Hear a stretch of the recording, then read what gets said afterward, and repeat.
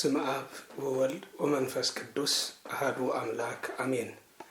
ተፈተኹም ለእግዚአብሔር ቤተሰብ ናይዲና ቅድስተ ቅዱሳን ድንግል ማርያም መፍቀርቲ ክቡራን ህዝበ ክርስቲያን ከመያለኹም ከመይቀኒኹም አሜን ትኹል ዝኽእል ቅዱስ አምላኽና እግዚአብሔር ከም በዝሕ ምሕረቱን ለውሃቱን ነዛ ዓለት እዚአን ነዛ ሰዓት እዚአን ዝበቅዕ ህይወት ዓዲሉ ነቲ ዘይሐልፍ መንግስቱ ድልዋት ምእንቲ ክንከውን ዕድመ ኣብ ልዕሊ ዕድመ ወሲኹ ነዛ ሰዓት እዚኣ ብሰላም ብድሓንን ስለ ዘጽንሐና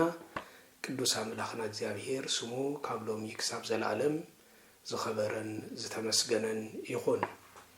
ገብር ሄር ሎሚ ከም ፈቃድ እግዚአብሔር ዘለና ቅንያት ናይ ዓብይ ጾም ቅንያት ስለ ዝኾነ ካብ ናይ ዓብይ ጾም እትመበል ሻዱሻይ ሰንበት ድማ ገብር ሄር ዝብል መፀውዒ ስያሜ ዝተዋህቦ ስለ ዝኾነ ኣብዚ ቅዱስ ቃል እዚ ኣብዚ መፀውዒ ስያሜ ዝን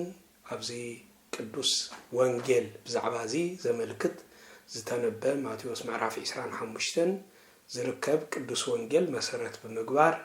ሎሚ ከም ፈቃድ እግዚአብሔር ክንዘራረብ ኢና። ዝምህር እግዚአብሔር ስለ ዝኾነ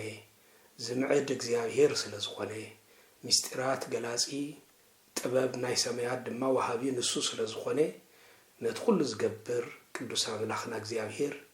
ብደቂ ሰባት ሓዲሩ ነዝዛረቡ ህያው ቃል ሰባት እንሪኦም ዘይኮኑስ አባታቶም ሓዲሩ ዝዛረብ መንፈስ ቅዱስ ኣብኦም ሓዲሩ ዝዛረብ እግዚአብሔር ከም ዝኾነ ብምእማን ነቲ ዝንገር ህይወትና ዝልውጥ መንፈሳውነትና ዝዕቢ ናብ እግዚአብሔር ዘቕርበና ህያውን ቅዱስን ዝኾነ ቃሉ ብጽሞና ሰሚዕና ንህይወትን ንበረኸትን ንህይወትን ንዘላለማዊ ህይወትን ንጽድቅን ክንጥቀመሉ መንፈስ ቅዱስ ይደግፈና። ስለዚህ ሎሚ ከም ፈቃድ እግዚአብሔር ገብር ሄር ኣብ ትሕቲ ዝብል አርእስቲ ክንዘራረብ ኢና። ኩላህና ከም እንፈልጦ እዚ ሻዱሻይ ሰንበት ናይ ዓብይ ጾም ኣዝዩ ዓሚቕን ረቂቕን ዝኾነ መንፈሳዊ ትርጉም ዘለዎ ወይ ድማ ዝሓዘ ዕለት እዩ። እዛ ዕለት እዚኣ ዝተዋህባ ስያሜ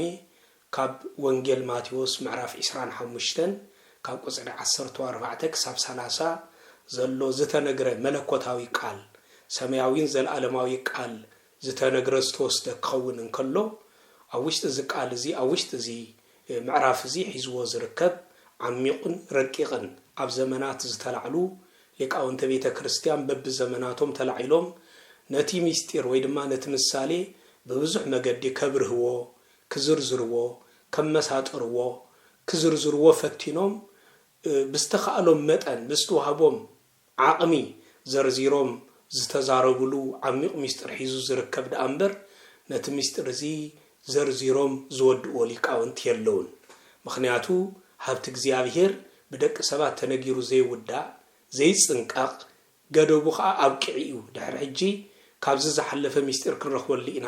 ኣይንኽእልን ኢና ኢልና ክነዛረበሉ ዘይንኽእል ዕለት ዕለት ሓድሽ ዝኾነ ዕለት ዕለት ዓሚቕ ዝኾነ ምስጢር ዝርከበሉ ዕለት ዕለት ናይ ህይወት ማይ ዝቕዳሓሉ ስለ ዝኾነ ኣብ ዘመናቱ ዝተላዕሉ ሊቃውንት በብወገናቶም መንፈስ ቅዱስ ዝገለጸሎም መለክዒ ነዚ ወንጌል እዚ ሰፊሕ ዝኾነ ዝርዝራዊ መብርሂ ዓሚቕ ዝኾነ ትንታኔ ሂቦም ልኦም። ስለዚ ሎሚ ከም ፈቃድ እግዚአብሔር ኣብ ኩሉ ዘመናት ዝተላዕሉ ሊቃውንት ነዚ ወንጌል እዚ ዘብርህሉን ዝገለጸሉን መንገድታት ብኸመይ መለክዕ ከም ዝነበረ ነዚ ወንጌል እዚ ብብዙሕ መገዲ እንዳዘርዘርናን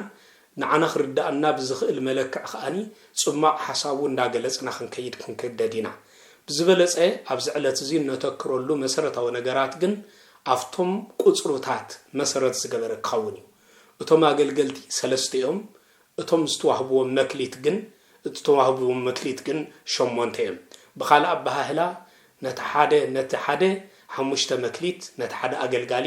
5 መክሊት ነቲ ሓደ 2 ነቲ ሓደ ድማ 1 ተዋሂቦም እዮም።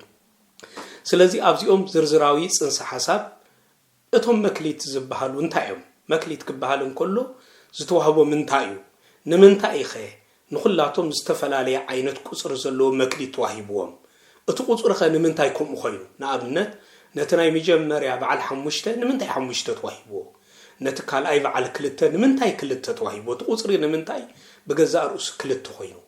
ነቲ ሳልሳይ ድማ ንምንታይ 1 ተዋሂብዎ? ናይቲ ቁጽሪ ምብዛሕን ምውሓድን ንምንታይ ኣጋጢሙ? ንኣብነት ተሪኢና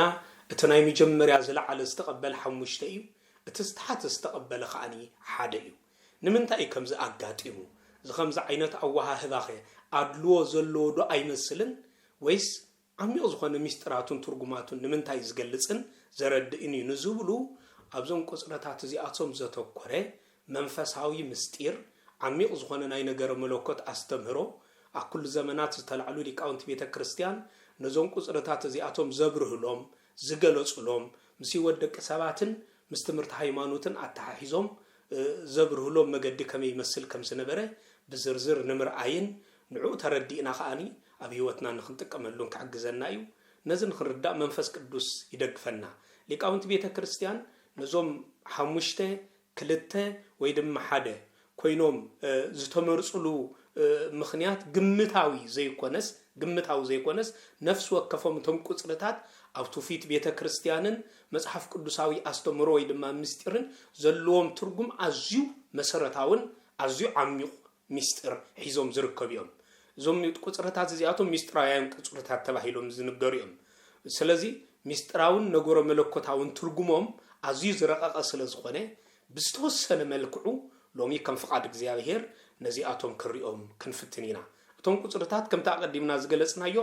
ሓሙሽተ ክልተ ሓደ እዮም ዝህቦ ትርጉም ግን ካብ ስነ ሐሳባዊ ወይ ድማ ካብ ስነ ሐሳባዊ ቀመር ንላዕሊ ኣብ ናይ ሰብ መንፈሳዊ ዓቕሚ ከምኡን ኣብ ናይ እግዚአብሔር ጥበብ ዘተኮረ ረቂቕ ዝኾነ ምስጢር ዘለዎም እዮም እዚአቶም ካብ ናይ ስነ ሐሳባዊ ቀመር ዝወጹ ዝተፈልዩ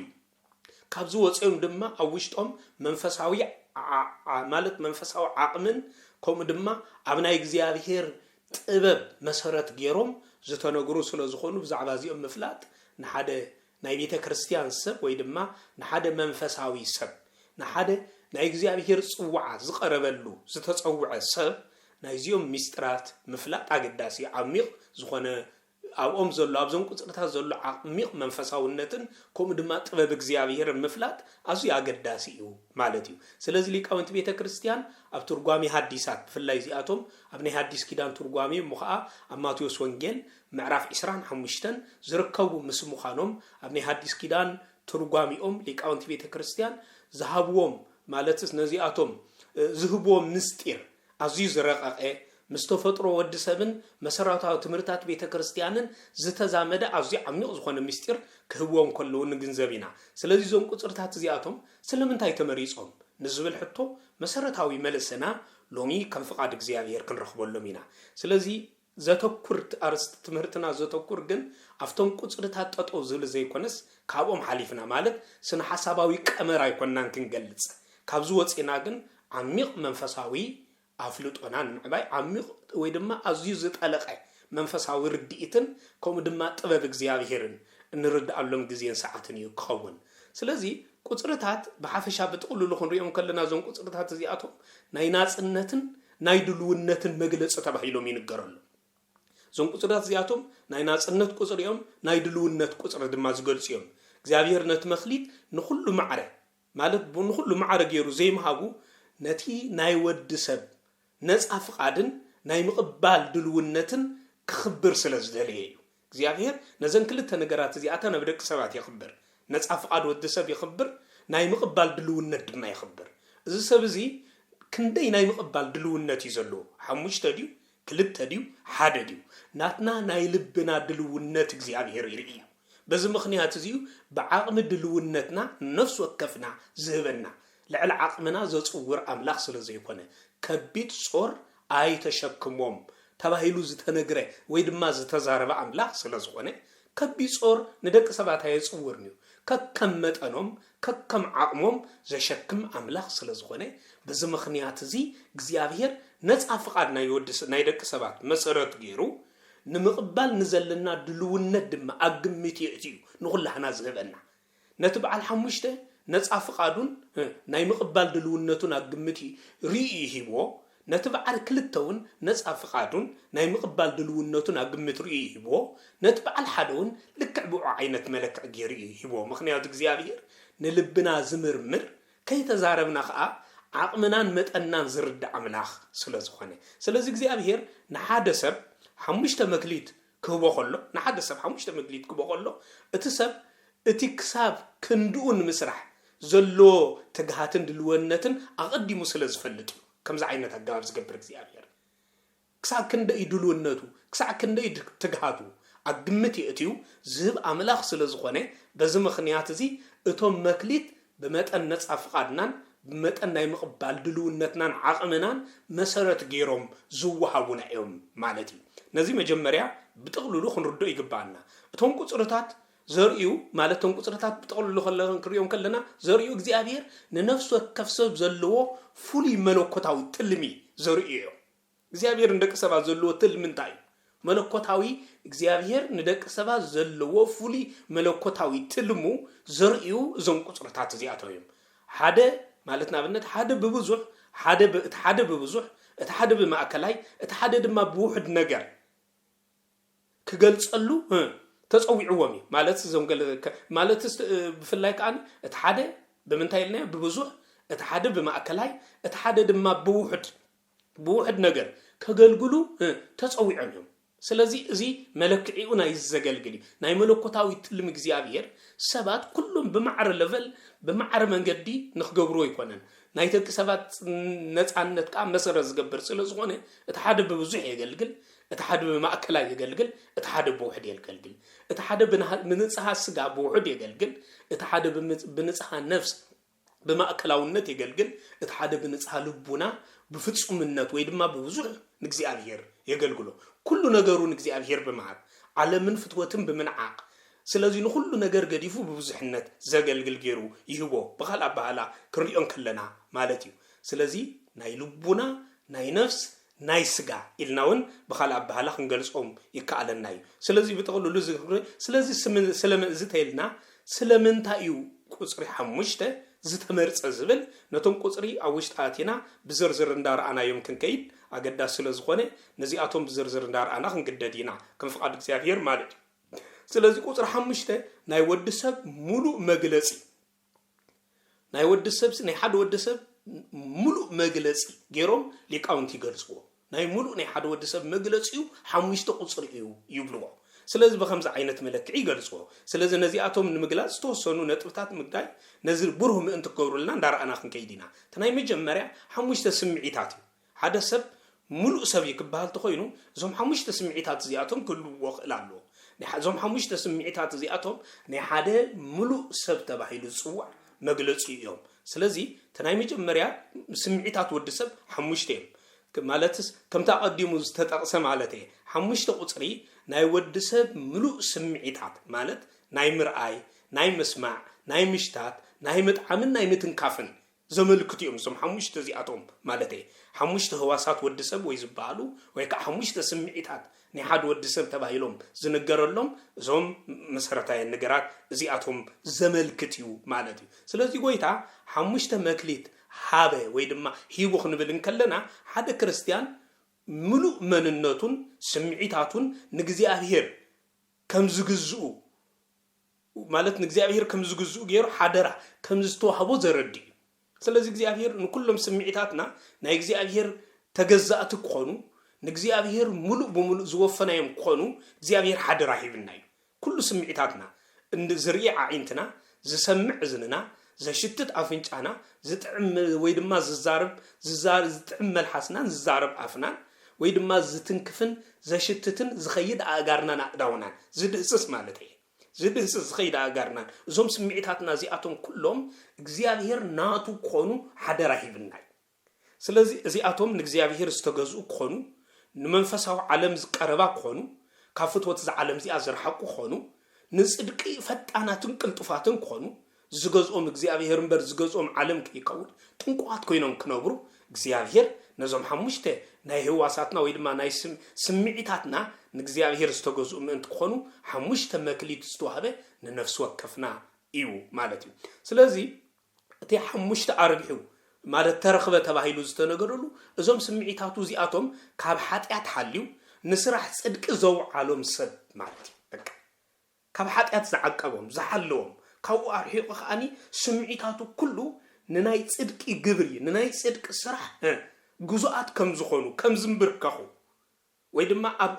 أب ناي صدق مع الله خمس وعلو زجبر عينة سب مالتي سلازي حمشت مكليت ننفس وكفنا زملكتنا أي مالتي سلازي نززو عليه حمشت مكليت بتقولوا الخر أخلو بحفشة حمشت مكليت التقبل سب نزوم حمشت سمعتاتو نخبر እግዚአብሔርን نأجلجلوت وانجيلن زجزئ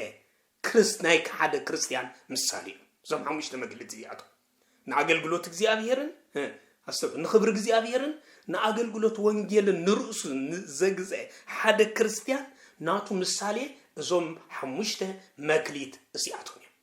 سلازي نايزوم حمشت مكليت زيادو حلافنتن سلطانن ويدم حدرانت استقبلنا نفس وكفنا إنا مالتي نفس وكف بكريستوس كريستيان تبايلو استتصوعه نفس وكف أرثوذكساوي نايزوم حمشت مكليت زيادو حلافنت تشكاميو مالتي سلازي نزياتهم بزقبا تشكمه يو مثالي نتو نعوزه ملك سلازخونه حمشت ربحلو مالت دما بزوم سمعيتات زياتهم ابيلو ناي جبرن ناي فلطتن مالت جبرو كم زعبي فلطتو كم زعبي منفساونتو كم زعبي مس እግዚአብሔር ዘሎ ዝምድና ርክብን كم زعبي ቅድስኑ كم زعبي ምግባሩ ዘመልክት ረብሐሉ خبلن كله تستوهبو مكليت ربيعልዩ አግብሩ ዒልወዩ ምስ እግዚአብሔር ዘሎ ዝምድና ይሕይልዩ መንፈሳውነቱ አበርትዒዩ ነዚ ዘመልክት መሰረታዊ ነገር እዩ ስለዚህ እትናይ መጀመሪያ ንስምዒታ ወይ ድማ ንህዋሳትና ዝገልጽ እዩ ተካላይ ድማ ሓሙሽተ አኢባን ዝገልጽ ኣብፍላይ ናይ ዳዊት ሓሙሽተ አኢባን ተባሂለን ጽዋዓ ዳዊት ምስ ጎልያድ ክገጥም ንእስራኤል ነፃ ኸውጽእ ክገጥመሉ ኣብ ዝኽእል ግዜ በወንጭፍ ክገጥሞ ኢሉ ዝመደበ ግዜ ካብ ወሓይዝ ማይ ከይዱ ሓሙሽተ አኢባን ከም ዘለዓል እዩ ዝገልጽ ስለዚ እተን ናይተን ሓሙሽተ አኢባን ምሳሌን እዚ ዳዊት ምስ ጎልያድ ክዋጋ ምስ ከደ ሓሙሽተ አኢባን ካብ ወሓዝ ማይ ምልቃሙ ማለት ዘዘኻኽር ካብ ናይ ብሉይ ኪዳን ዘዘኻኽር እኳ እንትኾነ ሚስጥራውነቱ ግን ሓሙሽተ መክሊት ማለት ንዓለምን ንሰይጣንን እንስዕረሉ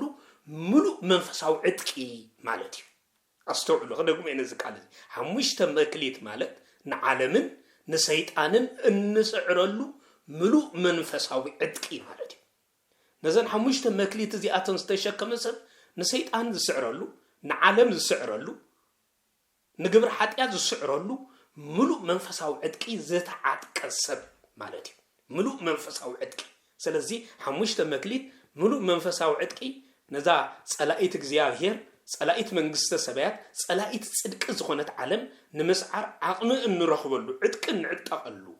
مالتي እግዚአብሔር ምባር ኣብዛ ዓለም ዝኽ ገድፈና እንከሎ ነዛ ዓለም እዚ አንስዕረሉ ነተጸራሪና ዲያብሎስ እንስዕረሉ ንኃጢአት እንስዕረሉ ሙሉ ዕድቅ ዘለና ሓሙሽተ መክሊት ሙሉ ዕድቅ ዘለና ሰባት ጌርና ይኸይዱ በቃ በዚ ሓደራ ዝኣሸክምና ሰይጣን ዘይንፈርሐሉ ዓቅሚ ይብና ይኸይዱ ኃጢአት ዘይንፈርሐሉ ዓቅሚ ይብና ይኸይዱ ምክንያቱ ንዑ እንመልከሉ ብቃዕትን ዓቅምን ዘለና ከም እንኸውን ጌርና ስለዝኸደ ስለዚህ ተካላይ መሰረታዊ ነጥቢ ሓሙሽተ መክሊት ነዚ መሰረታዊ ነጥቢ ዘብርህዩ ማለት እዩ ተካላይ ሓሙሽተ መክሊት ንሓሙሽተ መጻሕፍቲ ኦሪት ዝገልጽ እዩ ብኻልእ ወገን ድማ ሓሙሽተ ቁጽሪ ንመጻሕፍቲ ኦሪት የመልክት እዚ ቁጽሪ እዚ ማለት እዩ ናይ ኦሪት መጻሕፍቲ ተባሂለን ዝተጸውዓ ካብ ዘፍጥረት ክሳብ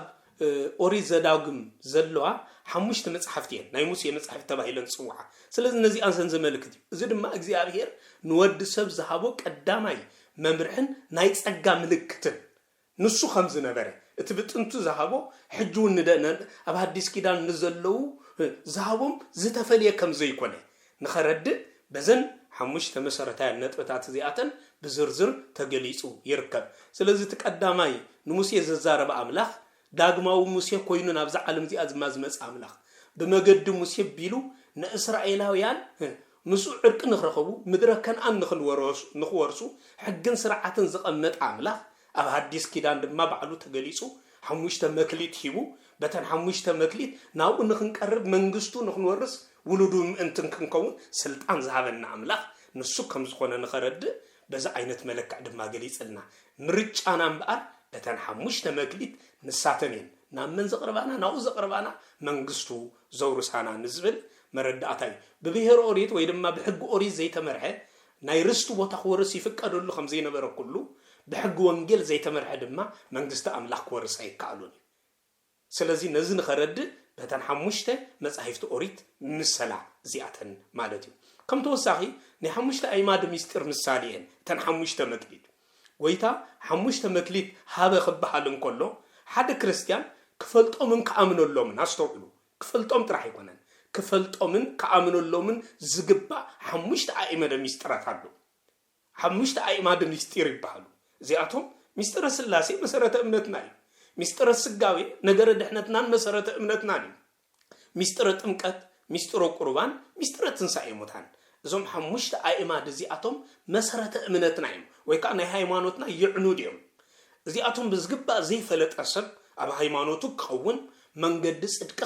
ክሰርሕ ንፈጣሪ ይፈልጥ አይካሉን እዚአቶም ንፈጣሪናን ነትዘድሐነናን እንፈልጠሎ መገድ ድሕነት ድማ በየናይ ሙኻኑ ብንጹር ዝኾነ بقلص زخونه مجدي እንርዳ አለው መሰረታያን ነገራት ይም ስለዚህ እዚአቶም ናብ ድሕነት ዘብጽሑ ሃይማኖት እትቅኑ ሃይማኖት ከምንፈልጥ ዝገብሩ ንዓለም ድማ ቅኑ ሃይማኖት ንኽንሰብቕ ዓቅም ዝህቡ ንኸይንናወጽ በአውሎ ንፋስ ከይንናወጽ ብውሕጅ ከይንውሰድ ብነፋስ ድማ ቀይቀይ ምእንቲ ከይንብል ጸንዕና አፍትካው ንኽንቀውም ዓቅምን ኃይልን ዝኾነና ስለዝኾኑ ናይቶም ሐሙሽተ አእማደ ሚስጥራት ምሳሌዮም ስለዚህ እግዚአብሔር ወልድ ኢየሱስ ክርስቶስ ንዓለም ነድማ እትዛዕብየን ዓና ሓደራ ዝሃበና እዞም ሐሙሽተ አእማደ ሚስጥራት እዚአቶም አው እንጸንዓሎም ናው እንቀርበሎም ተስፋና ናይ ሰማይ ተስፋ እንገብረሎም ሐሙሽተ አእማደ ሚስጥራት ምሳሌዮም ስለዚህ ሐሙሽተ አርብዕ ማለት ድማ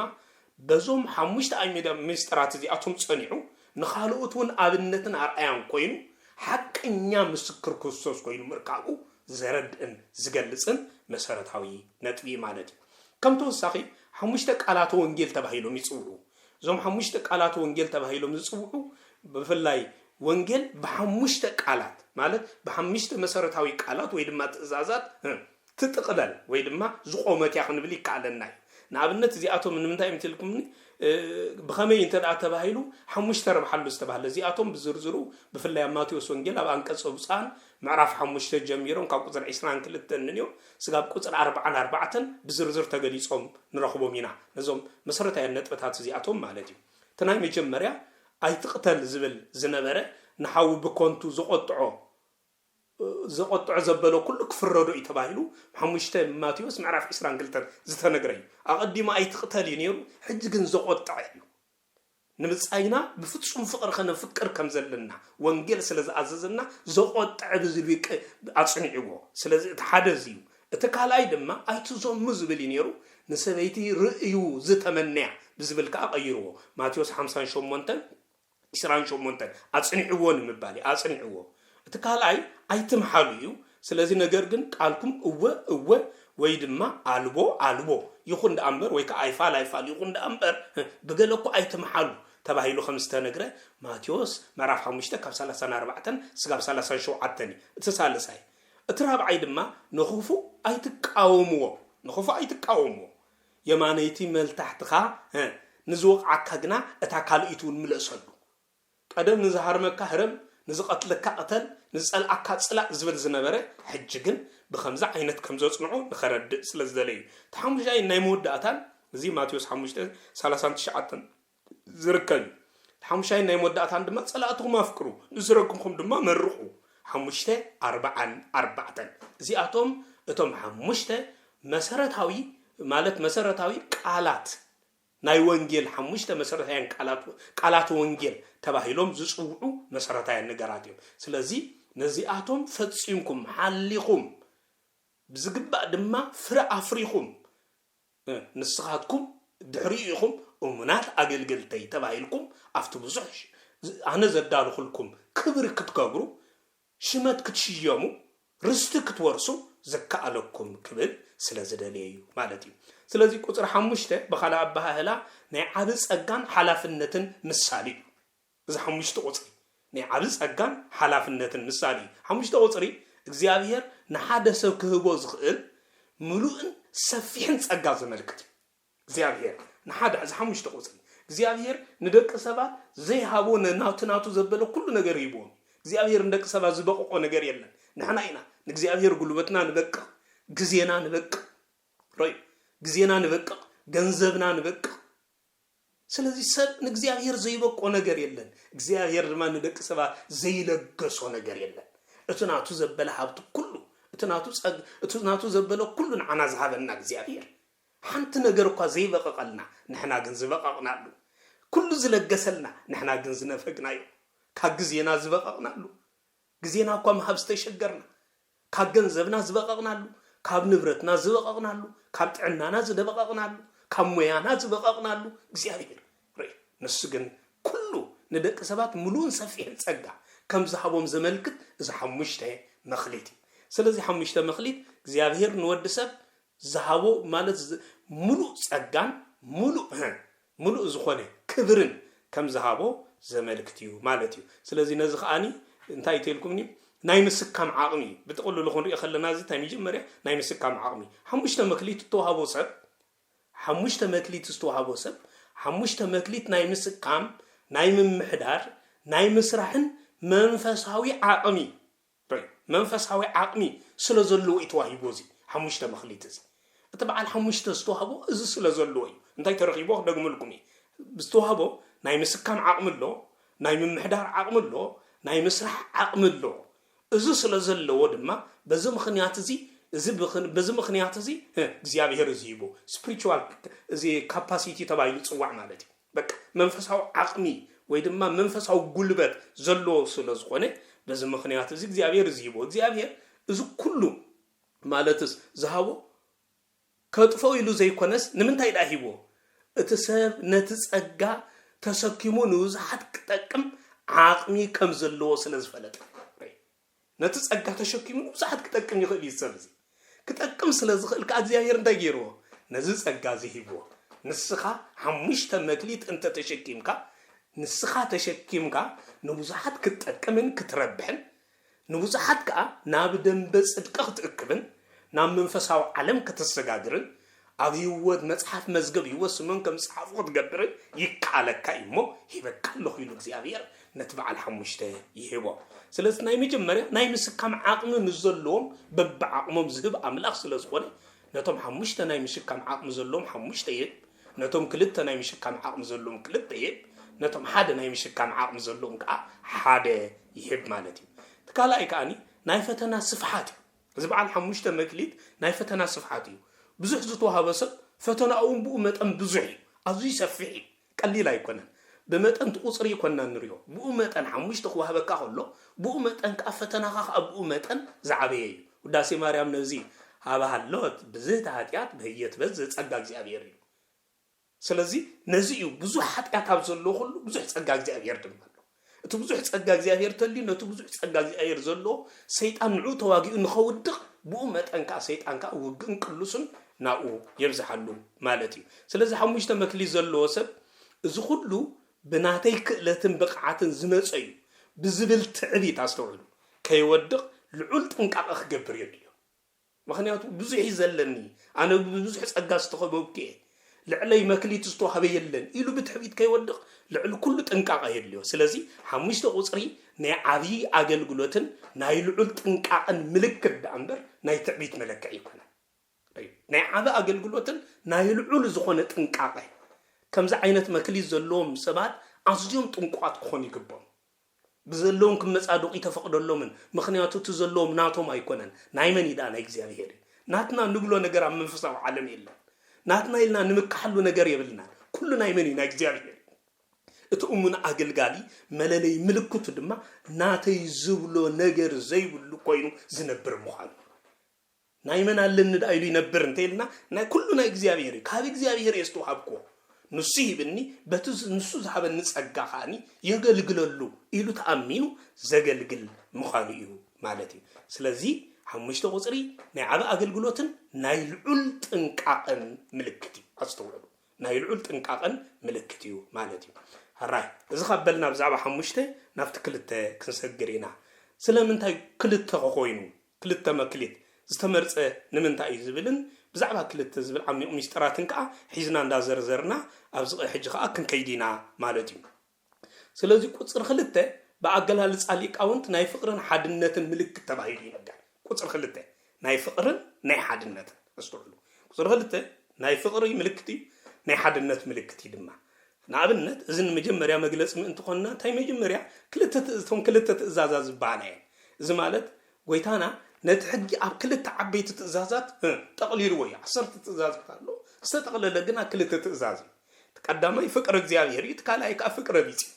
ፍቅር እግዚአብሔርን ፍቅር ብጻይን ኣብ ትሕቲ ዝብል ን10 ትእዛዛት ኣክልተ መቂልወን ንሳቶም ተሪና ማለት ንእግዚአብሔር መፍቃርን ንብጻይካ መፍቃርን ተባሂሎም ዝጽውዑ ክልተ መኽሊት እተቀበለ ሰብ እዘን ክልተ ማለት ፍቅርታት ተባሂሎም ዝጽውዓ ፍቅር እግዚአብሔርን ፍቅር ሰብን ኣብ ህይወቱ ዝገለጸ ክርስቲያን ክኸውን ኣለዎ ስለዚህ ኣብ ህይወቱ ነዘን ክልተ ፍቅር እዚአን ዝገለጸ በበዓል ክልተ መኽሊት ይምሰል ማለት እዩ ፍቅር እግዚአብሔር ኣሎ ፍቅር ቢጽ ድማ ኣሎ ፍቅር ብጻይ ኣሎ ፍቅር እግዚአብሔር ኣሎ ብክልቲኡ ሙሉእ ዝኾነ ዝጎደሎ ነገር ዘይብሉ ኣብ ሓዲኡ ጥራሕ ጠጠው ዘይበለ ገለገለ ሰባት ንብጻይ ዘፍቅሩን እግዚአብሔር ዝርስዑ ገለገለ ሰባት ካን እግዚአብሔር ዘፍቅሩ መስልዎም ዝነብሩ ነገር ግን ንብጻዮም ዝጸዱ ንብጻዮም ገደል ከእቱ ንብጻዮም ከጥፉ ብዛዕባ ብጻዮም ግድ ዘይብሎም ጭንቅ ዘይብሎም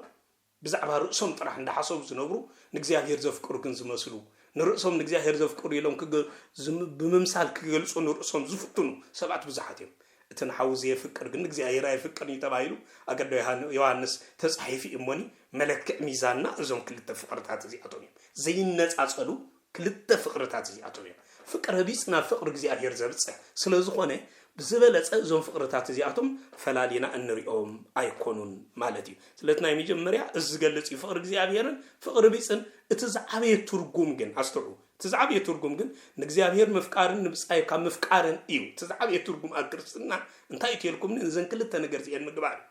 زوم كل التفقرات زحازة كل التمكليت علو بقاتهم زز أنا دما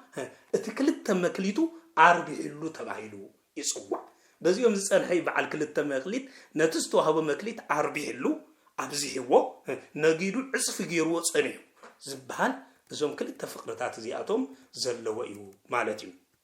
كم توسخي كل التفقرات ويد ما سجان نفسن زين كل التين كأني بكل التمكليت يمسنا سب سجان بنفسون نجزي أبهر كجلجل مالتس بنفسهم بسجون بخلتي نجزي أبهر كجلجل كم زلوا زري أنا إن زين كل التنجارات زياتهم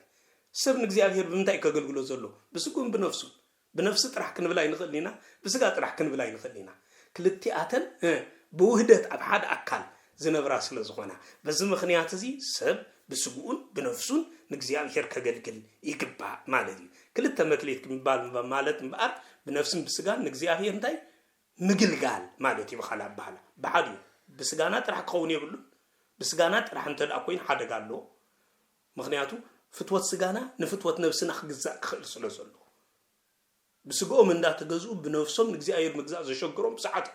عبيتك شام بزح يدخموا بزح محدروا بزح يسعروا بزح جنزب يهبوا بزح واقع يغفلوا نجر جناب قربان يلون نجر جناب نسعى يلون نجر جن نجزي أير كربات هتايكونوا بس مخنيات زي بسقوا منا جلجلوا بنفسهم مجلجال استشجروا سقوا من نفسهم من مسمع زي سقمهم فقط سقوا من فقط نفسهم مجزاء زي شجرهم سبات بصحتي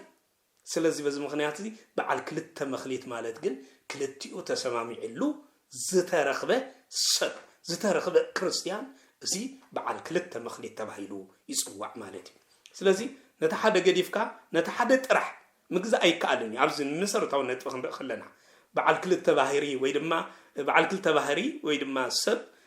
كاب سغان كاب نسون استفطر بمخانو كلت مخليت مالت نسغانان ننفسنان زدل صقا مخب مالت استقبله مالت يبخانا با እግዚአብሔር ንነፍስና ዝኹን ጸጋ ጥራሕ ይብና አይሃበና ወይውን ንስጋና ዝኹን ጸጋ ጥራሕ ይሃበና ንኽልቲ ዝኹን ጸጋ ይብና ንሱ ዘድሓንና ብስጋናን ብነፍስናን ስለዝኾነ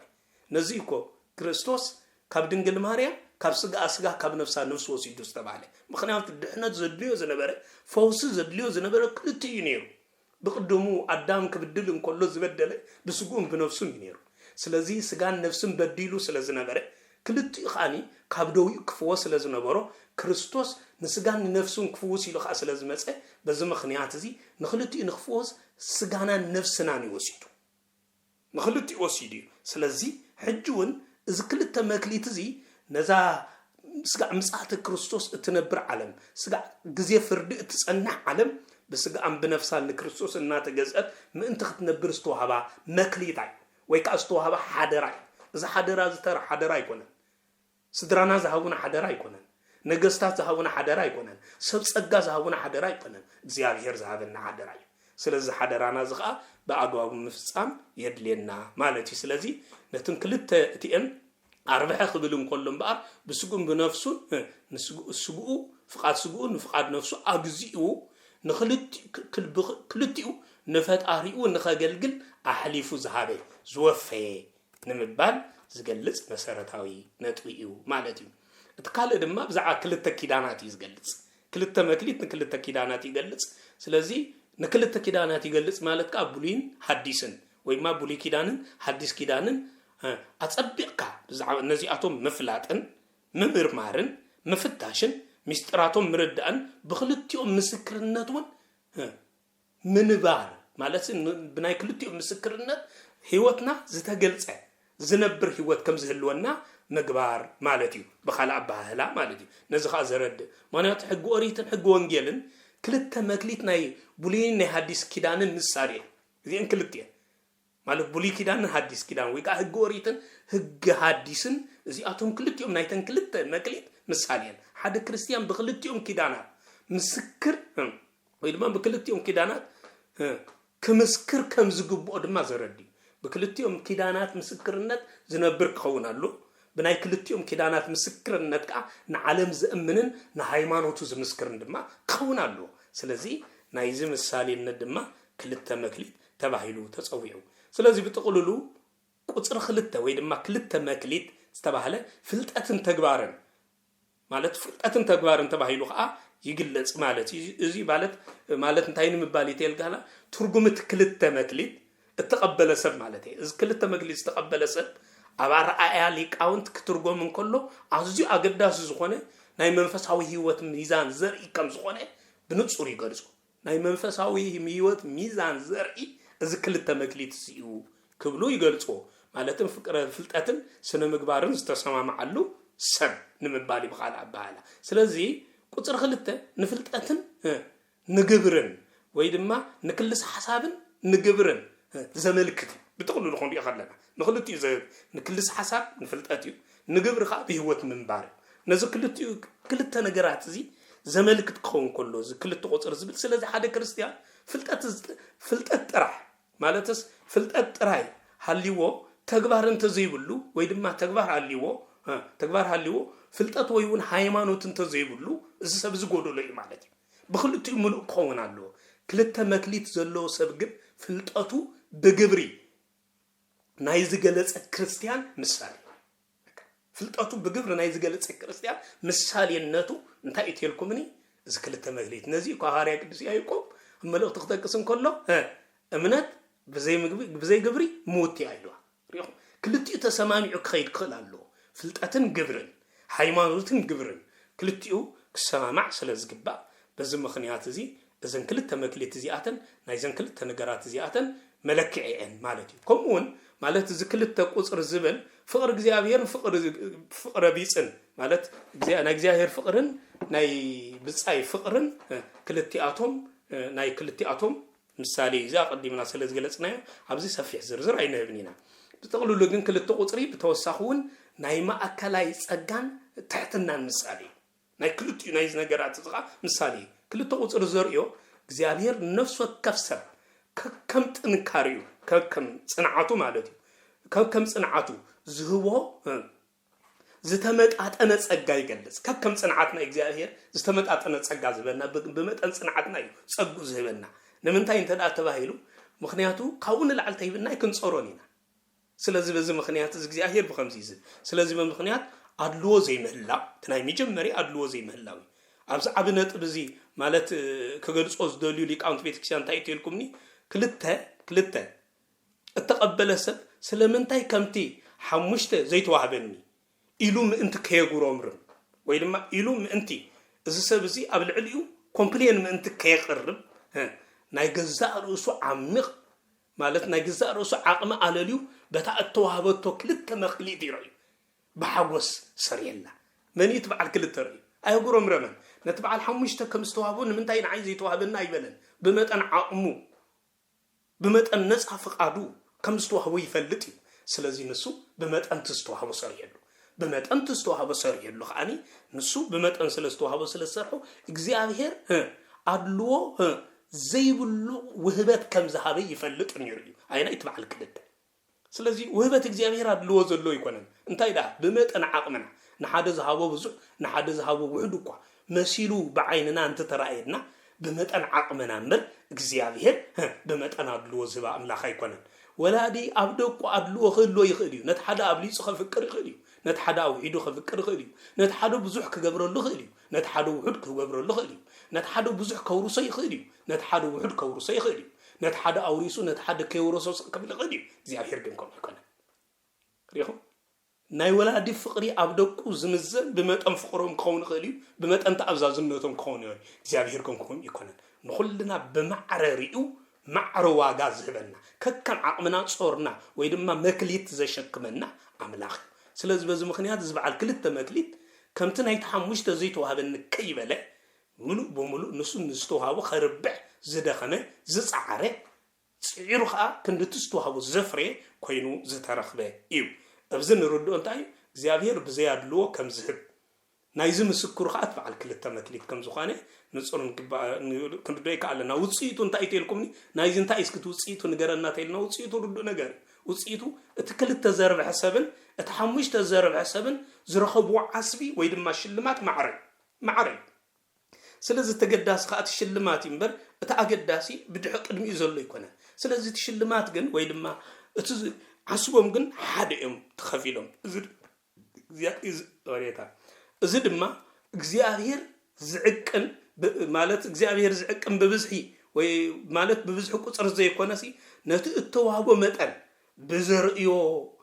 ተአማንነት ከም ዝኾነ ዘረዳና እግዚአብሔር በተስተዋህበና ብዝሒ ዘፍረና ይኮነ ዘርኢ እግዚአብሔር እቲ ዘራና የተአማንነትን ተአዛዝነትን እግዚአብሔር ዘርኢ ነዘርኢ ይኻ እግዚአብሔር ዋጋና ዝኸፍለና ማለት እዩ ስለዚህ ብዛዕባ ክልተ ዝካበልና ናብ ቁጥር 1 ስለምንታይ እቲ بعل حدا مكليت كحدا توهيبو تقصر حدا استمرصلو قند مخنياتن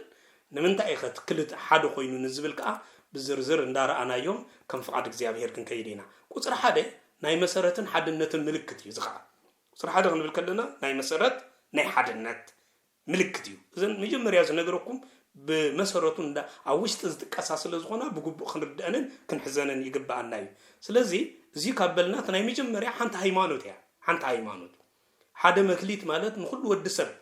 ማዕረ እተዋህበት ሓንቲ ሃይማኖት ወይ ድማ ሓንቲ ጥምቀት ያ እዛ ሓንቲ መክሊት እዚኣ እዚ ሐዋርያ ቅዱስ ጳውሎስ ኣብ ኤፌሶን 4:5 ሓደ ሃይማኖት ሓንቲ ጥምቀት ክብል ዝገለጸ ማለት እዩ ስለዚህ ነዛ ሓንቲ መክሊት ዝነዓቀ መሰረት ሃይማኖቱ ዝነዓቀ ማለት እዩ ውሕድ ያዩ እንተንዕዋ ኣብ እግዚአብሔር ንእሽተይ ውህብተ የለን ውሕድ ዝበሃል የለን ኣብ እግዚአብሔር እታ ሓንቲ መክሊት ዋጋ ሃይማኖት እታ ሓንቲ መክሊት ዋጋ ሓድነት እታ ሓንቲ መክሊት ዋጋ ዋላ እኳ ትበዓል ሓደ መክሊት እንተቕለላ ግን ዋጋ ሓንቲ ሃይማኖት እዩ ዋጋ ሓንቲ ሓድነት እዩ ራይ ነዚ ኣይ ኣቅሊል ዋንባራ ኣቅሊል ርእይዋ ስለዚህ ሓንቲ ሃይማኖት ሓደ መክሊት ተባህለት ራይ ሓንቲ ሃይማኖት እዛ ሓንቲ ሃይማኖት ዝያ ማለት ሃይማኖት ሓንቲ ያ ራይ ሓንቲ ያ ተባሂሉን በቅዱስ ጳውሎስ በንጹር ተገሊጽልና ኤፌሶን 4:5 ጎይታ ንኩሉ ሰብ ማዕረዝ ኾነት ሓንቲ ሃይማኖት ይብወይ እዛ ሃይማኖት እዚኣ ንኩሉ ኣነስተዋበት ንጳጳሳት ጥራሕ ዝተዋህበት ኣይኮነትን ንመነኮሳት ጥራሕ ዝተዋህበት ኣይኮነትን ንቀሳውስት ጥራሕ ዝተዋህበት ኣይኮነትን ንሰበኽቲ ወንጌል ጥራሕ ዝተዋህበት ኣይኮነትን ንምእመናን ጥራሕ ውን ዝተዋህበት ኣይኮነትን ንኩሉ በማዕረዝ ዝተዋህበት ያ ምን እዛ ሓንቲ ሃይማኖት ዋጋ ኣክቡር እዩ ዋጋ ናይ ሃይማኖት መን ይተልኩም ንደም ክርስቶስ ስለዚህ ቀሊል አይኮነን እሞ ስለዚህ በዚህ ምክንያት እዚ ነዚ በንጹርነት ክርድኦ ይግባአና ታንት ነዚ ትገልጽ ያ ማለት ተኻለ ድማ ሓድነት ሃይማኖት ካብና ናይ መጀመሪያ ተመሰረት ዝብል ሃይማኖት እዩ ሓድነት ዝብል ካኽንሪ ቁጥር ቤተ ክርስቲያን ሓንቲ ሙኻናን ርዩ ጎይታ አውን ሓደ ሙኻኑን ተዘኻኽረና ዚያ ቤተ ክርስቲያን ክንደይ አንተ ያ ወነአምን በአሃቲ ቅድስት ቤተ ክርስቲያን ይናል ሓንቲ ብዝኾነት ቅድስት ቤተ ክርስቲያን ሐዋርያዊት ብዝኾነት ኩላዊት ብዝኾነት ቅድስት ብዝኾነት ቤተክርስቲያን ንኣምን ኢና ኮነብል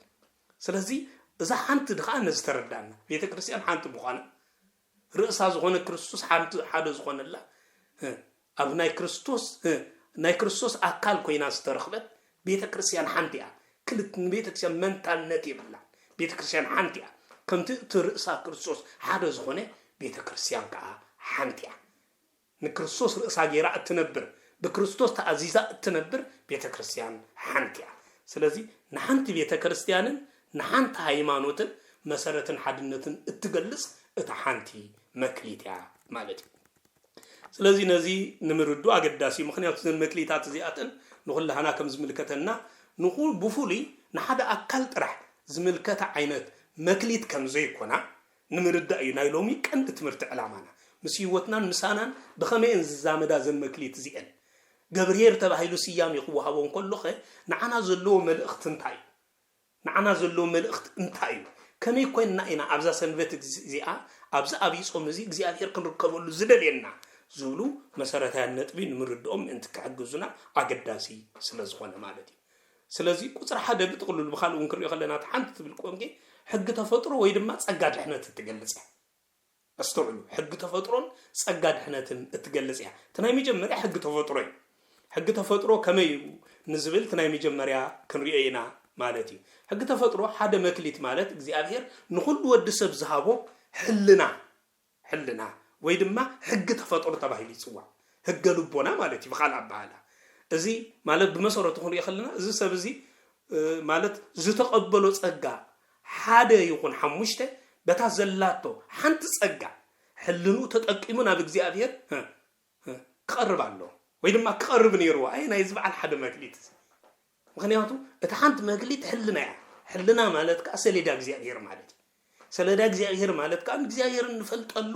ፈጣሪና ንምፍላጥ ዘይንጽገመሉ ብዘይ ሰባኺ ዝሰብኽ ብዘይ መምህር ዝምህር ምሂሩ ካ ፈጣሪና ከም ንፈልጥ ዝገብር ማለት እዩ ስለዚህ ሓደ ሕልና ወይድማ ሕግ ተፈጥሮ ንኹሉ ሰብ ዝተዋህበ ንኹሉ ሰብ ዝተዋህበ እዚ ማለት ንኹሉ ሰብ ዝተዋህበ ሕገ ልቦና ንኹሉ ሰብ አሉ ሕገ ልቦና ዘይብሉ ሰብ የለን ሰብ ክፍጠርን ከሎ በአርአያና በምስልና نفتر بال እግዚአብሔር ተባሂሉ ተነግረሉ ሰብ በምስል እግዚአብሔር ተፈጥሮ ክንብል ከለና በሕገ ልቦና ማለት ፈጣሪውን ምፍላት ዘይጸጉሞ ፍጥረት ኮይኑ ፈጣሪው እና መስገነን ምንባር ዝተፈጥረ ፍጥረት ሰብ ፈጣሪው ተመራሚሩ ፈጣሪው በሕልኑ ክርዳ ዝኽል ፍጥረት ነተሐቀኛ ፈጣሪን ምፍላት ዘይጸገም ፍጥረት ምባል ይብኻል አባላ ስለዚህ ቅድመ ኦሪት መጽሐፍ ማለት ቅድመ ኦሪት መጽሐፉ ወንቀል ቅድመ መስባሁ እንደቅ ሰባት ዝተዋሃበ እትናይ መጀመሪያ እትሓንቲ ሕጊ ናይ ሕገ ልቦና ያኔራ ወይ ሕገ መላእክት ይባሃል ሕገ ተፈጥሮ ይባሃል ሕገ ልቦና ይባሃል ስለዚህ እትሓንቲ ሕጊ አበይ ነይራ ኣብ ሕልና ያኔራ እዚያ ማለት ስለዚህ እዚ ሰብ እዚ ብውሕዱ በትናይ ሕልና ሕግ እኳ አስተሩ ክመላለስን ክረብሕን ይኽእል ነይሩ ግን አይገበሮ ስለዚህ እዚ ብዘይ ምግባር ግን ፍርዱ አቀድም እግዚአብሔር كبيت كويم سب نفتاريون مفلات بهج لبنا بهج تفترو نفتاريون مفلت كم زغل تغيرو زت فترة سلسخوني اتحانت مكليت سب بتفترو فتاريو كفلت زغل فترتيو مالتي بقى از فترة استوهيبون سب كم مخانا اي تفقدلون صدق زي مسحو نغزيابير زي امانو اما خاني خمل زغل فترة تبع عالم يلن بفصم مالتي يلن ስለዚህ ነዚህ ይረዳና ስለዚህ በተቆሉ ነዚህ ምልከት ካላይካ ማለት ንዕቀት ማለታይ ማለቲ ናይት ሓደ መክሊት በዓል ማለት ውድቀት እንታይ ይተልኩም ኒ ማለት ውድቀቱ ዝመፀ ነቱ ቁጽሪ ምን ዓቆይ ሓንቲ ብምዃና ንዕቅዋ አንቋሽሽዋ በዚ ምክንያት እዚ ድማ ሓደ ማለት ኣብ ቤተ ክርስቲያን ርይ ዘላ ሓንቲ ሃይማኖት ወይ ድማ ሓንቲ ጥንቀት ክትከውንን ከላኑ ስግነት ሓንቲ ሃይማኖት እንታይ ገይሩ አቅሊሉ ርይዋ አንቋሽሽ ርይዋ نزا حنتي مسارتاوي تصقا اخبيرو زي حزن زقبرن سب سلازخون خا فردو اقم እግዚአብሔር አብخوي فردو زعبه اتستوهب عاب مخانو سلازي يتردي ሃይማኖት اتزعبي ናይ እግዚአብሔር ህያል اتزعبي وهبتو نستوهبنا عاب ህያል ተዘይ ተረዲና ፍርድና خا عاب ይኸውን ፍርድና خا ዘሰካ ይኸውን ዘሰካ ፍርዲ ዝተፈርደ بز مخنيات زينيو أقليلو مرأيو نتجي جويتو أخجرو زهابو نسجن أقليلو مرأيو جويتو أخجرو زهابو نعيق جنا مريت بمقبار بفتوى تزعلم زيان بحاتيات تزعلم زيان نتاستو هابتو هايمانوتو سلز خبره سلز استنعاء سلز ركسا زيابير كافردو عبي كمز خون جيرو مالتي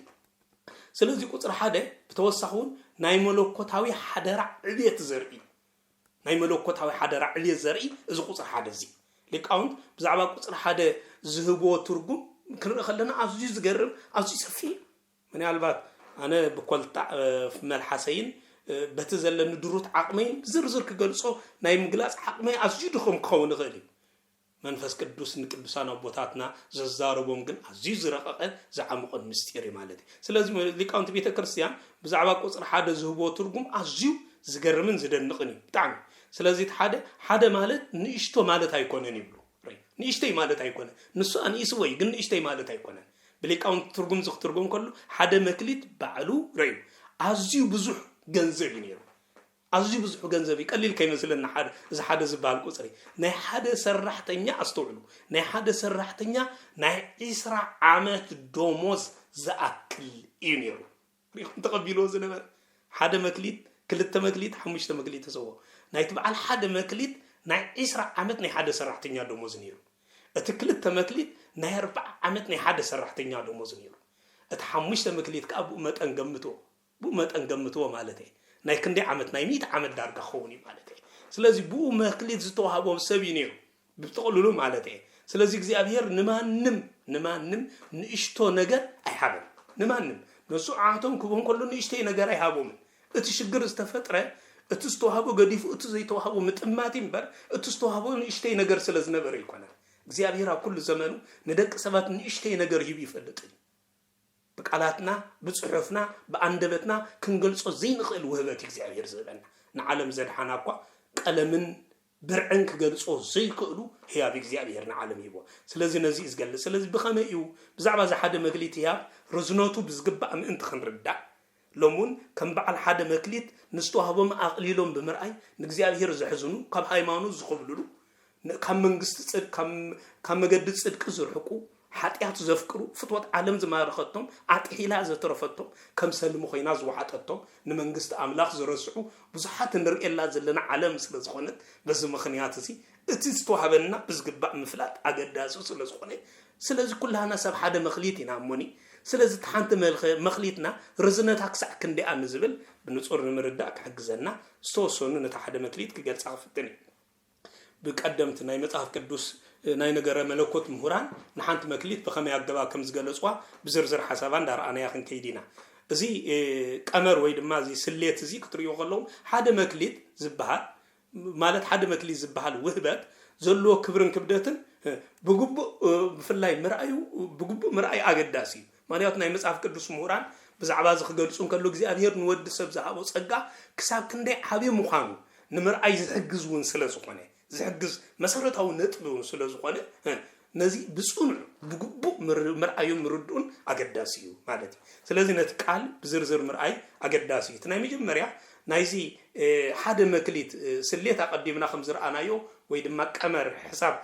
كريون كلنا عيسر عمتنا حادث دوموزي نانيرنا نحدث بزمود إلا نانيرنا نزي بتفكر كنقلصو تخوينا مصحف قدوس بفلاي أبغزي مصحف قدوس زنبره ناي معداق عقم مالتي أبتنت زنبره ناي معداق عقم خطريو وخلهم كنرئ خلنا بمسارته مالتي حدا مكليت مالتي أزي جزوف زخون الجنزبين أزي جزوف نجار حدا سب حنت مكليت المركب عسر عمد كسر حلو نسخ كمان نقلبو نجازا خرايو نخالي نترانسبورت زخون وسائطاتو خيو وسائل زز تقبلا ننتقميتون مالتي زز تقبلها أقميتو حنت مكليت كأكب 10 عمد كسر حلو نزب نتصور زرد ينيرو سلازي سلمنت أنا 10 عمد دوم استبهيلو نزبل اسكيت سوسن حساب كنري نتصور خنا لا مقدم انت خير سلازي نتصر مكليتن دينارنينا كري نعوم انت حجزنا مالتي دينار امصحف قدوس بوزح تزرزيرو زركب سلازغونه بزح بزعبو نمفلاطوا يزشغركم ايمسلن سلازي افت زمنت زنبره جن ني حدا ترى شقالاي مالتي ويكا ناي حدا ترى سرعتنيا ناي معالت دوموزو حنت دينار يعني ماتيوس مع وانجيل معرف إسراء قصر خلته كتملكوتن كلهم ما بستقلزي نتوم سبوع لا ملو معالتن زوعلو حنت دينار يخفيلهم نجهز مسأ نسلستو زمسأ نسدستو زمسأ نتسعتو زمسأ نسركز زمسأ زتخفلون ناي حدا معالت وعلو طب حنت دينار نيا زي ويتانا زمسلا زتقصو أماتيوس وانجيل معرف إسراء نمنتا يتيلكمني بتزمنتي حدا سبني حدا معالت وعلة بزخفلو له زنبر واقع مثالي غير يقليس له بو مثالي غير يقليس له سلازي حنت دينار ندحر كوينا ني حدا سبني حدا معالت وعلة تحطو حنت مكليد دما بوحدو أصلو حنت مكليد دما بوحدو بدينار كتمنزرن كلا شدشتشح دينار تمس شدشتشح دينار تخون سلازي شدشتشح دينار تخون انت دا كوينا حدا سب عمل سنابتن بعلاتن أفتم زي سرعهم معالتات أوصيخا بقرم قام دحمل بقوله كاب 300 سان حموشتن معالتات أتن 300 معالتات انت صرحو 300 دينار أبع عمد يقتلو مالتي 300 دينار أبع عمد زقتو تقوينو أبع إسرع عمد دما كندي دينار يقتلو مالتي شدش تشع دينار يقتلو شدش تشع دينار مالتك حانتي مكليتيا مالتي سلازي أتي حساب بتوسخ نريو خلنا بتقولوا نزي بزرزوز قالسي إذا ما لات نتايتي لكم حدا ترى سرعتنيا حانت سنتيم كيك الناس انت قميت وي كمان نزي أب 10 عمد 10 دينار كعز زخل انت قميت وي 10 دينار كنز زخل مالتي زي مالتي سلازي ليك أونت بيتا كريستيان سلمنتاي نزنت بزي أقولي حمو نزبل بنصور نمردو من انتك حجز نزناي تاريخن إيكونومن حقي أستوعبوا إيكونومن حقي زرعلو المخنيات نعبي منفساو تمرتي نمنتاي نزن تزيد إلا أتستوهابو رزنتن كبدتنا يكردعنا سلازي نزم انتي نتعميق زخونة منفساوي تمرتي بزنصور مردعتان محاز نزي العلوه بزحات لي كاونت مالتي سلازي أبزنتاي تناي مجمريا نا إግዚአብሔር لقاس إن نمرعي تناي مجمريا زل علوه إግዚአብሔር لقسو كساب كندي ندك سبا زلو لكس زبل እግዚአብሔር حاده أستوعب እግዚአብሔር حاده حابك بحالن كله بتزحبو ندحنت ود سب زأكل أسب ود سب زأكل ملؤن نخالو زترفن صقا مخانو نمرعي እግዚአብሔር اتحنت زهبو ندحنت ود سب زأكلن زترفن نخالوت كي ترف نعو أخيلوس نخالوت كي ترف زترف صقا كم زهبو نمرعي بزح غزي نزي أمونغو دينار مكليتن زر الحساب بزرزر كغلصون كلو ليقاونت بيت كريستيان نرينا እግዚአብሔር زخونه سبون أسعلو حنت زيبلو ويدخا دخا ويكا دخا نيرو غيرو أيفطرون እግዚአብሔር كل بعد صقا غيرو هارتام غيرو بعد حدا مخليت غيرو ناي إسرا عمد دوموز أستوعلو زلو سب كويني كم زفطر غيرو እግዚአብሔር بدرجة مكليت خلنا مالتي سلازي بز مخنيات اب እግዚአብሔር دخا يلن اب እግዚአብሔር كل حبتام مخنياتو رشانا رستناتنا እግዚአብሔር زبل كل ነገር ስለዝኾነ سلازي سب أمدري حبتامن دخان تبايلو فلالي خديو أمدري تميون صبوبن تبايلو فلالي خديو أمدري أموتش زنبرن أبحم أبوتا زنبرن كنبك فلالي خديو اب እግዚአብሔር ግን كلنا حبتاماتنا سلازي زتحبنا حبتي كساب كندي لعل كم زخونه نخردو ليك أنت بيت كريستيان بزرزر حساب نزحانت مكلي تقلصوا سلازي ناي እግዚአብሔር لقاسنت كساب كندي كم زخونه نمر أي ناي تحنت مكليت واقع كساب كندي كم زخونه بزرزر يقلصوا مالتي تكال أي مالت جيجا ناي تسنف أجل قالي نمر أي ناي تسنف أجل قالي جيبو أسوع جيبو بنصور كنردو أتخوينا واقع حدا مكليت كنفلطخ نقلالنا مكليت كندي كساب كندي زمزل كساب كندي زرقن زبل مفلاطو أزيو أقداسيو بدرجة كيلو بورك بفلاي ميزان قريو خلنا دارجة 30 كيلو جرام ورك عينت مالتي حدا مكليت كريو خلنا بخال عباها 30 كيلو جرام مالتك نعيش عمز زنبر حبت مالتي بخال عباها لا مالتي سلازي جيبو انت ايتيلنا تسنف قالي اتقبلوا حبتي نعيش عمز صعري الصبح ناي إسرع عمل صعر زوق قارص عاب عبتي أكو أنت نبرة نسجن حنت ترى إلو أنا عايقوا تزدنق مالتي ناي إسرع عمل سري أكرهبو زخيل ناي إسرع عمل صعر قوا عبها بتوقع هو أنت نبرة نسجن أنت إلو حنت ترى إلو ኣስተናዓቃ ይብል ሰባት ብዙሕ ግዜ ሃይማኖቶም ከስተናዓቁ እግዚአብሔር ዝገበረሎም ነገር ከስተናዓቁ ክጅምሩ ከለው ውድቀት ሽዒ ይጅምር በቃ እግዚአብሔር ዝገበረልና በገንዘብ ዝተመን አይኮነን እግዚአብሔር ዝገበረልና በዋጋ ዘዓለም ዚኣ ክንግምቶ ይንኽእልና በቃ መለክዕ መገመትን ይብሉን እዚ ሰብ ዝግን ሓንቲ ጥራይ ኃይሉ ኣስተናዕቅዋ ነታ ካብ ኣጎይቱ ዝተዋህበ ሓደራ ሓንቲ ጥራይ ኃይሉ ናዕቅዋ ስለዚ ስሕተቱ ናይቲ ሃብቲ ውሑድ ምዃን ዘይኮነስ እንታይ ትልኩምኒ ናይ ልቡ ዕረትን ከምኡ ድማ ብቀንኢ ምጥማቱን ነይሩ በቃ ናቱ ገዲፉ ነቲ በዓል ክልተ ስለ ዝረአየ ናቱ ገዲፉ ነቲ በዓል ሓሙሽተ ምርኣዩ ተዘይኮይኑ እቲ ሽግሩ ልቡ ዝዓወረ ብቅንኢ ዝተመልአ ሰብ መንባሩ እንተዘይኮኑ ይሽግሩ እቲ ዝተዋህቦ ውሑድ ስለ ዝነበረ ኣይነበረ ውሑድ ስለ ዝነበረ ይነበረ ሎሚ ርአዩ ብጸጋ ዝባእሱ እግዚአብሔር ብዝሃቦም ጸጋ ዝባእሱ ኣለው ኣሰቡ ብዝሃቦም ጸጋ ቤተ ክርስቲያን ዝተፈላለዩ ውህብቶ ጸጋታት ኣለው በቲ ዝተዋህበ ጸጋታት ካብ እግዚአብሔር ከም ዝረኸብናዮ ምርዳእ አጸጊምና እንባእሰሉ ንባእስን እንጥቀመሉ ብቅንኢ ምኽንያት ከዓ ነንሕድና እንጨኻኽነሉ ናይ ሓደ ካብ ሓደ ኣብዚሕና ብምርኣይ ከኣኒ ኣብ ነንሕድሕድና ከዓ እንፈላለየሉ ብዙሓት ኢና እግዚአብሔር ካብዚ ይሰውረና ካብዚ ሓደ በዓል መኽሊት ጌጋ ናይቲ ሰነፍ ኣገልጋሊ ብዝግባእ ተረዲእና ንሕናውን ከምቲ ናይቲ ሰነፍ ኣገልጋሊ ጉጉይ ኣረዳድኣ ኣብ እግዚአብሔር ከይርህልወና ሎሚ ንሕና ንኣእምሮና ክንዕርዮን ንኣተሓሳስባና ከኣኒ መንፈሳዊ ኣተሓሳስባ ከም ዝኸውን ክንገብሮ ይግባአና ማለት እዩ ከም ተወሳኺ እውን እንታይ ኢልኩምኒ እሙንነት ኣብ ንእሽተይ ከም ዘይኮነ ንምርኣዩ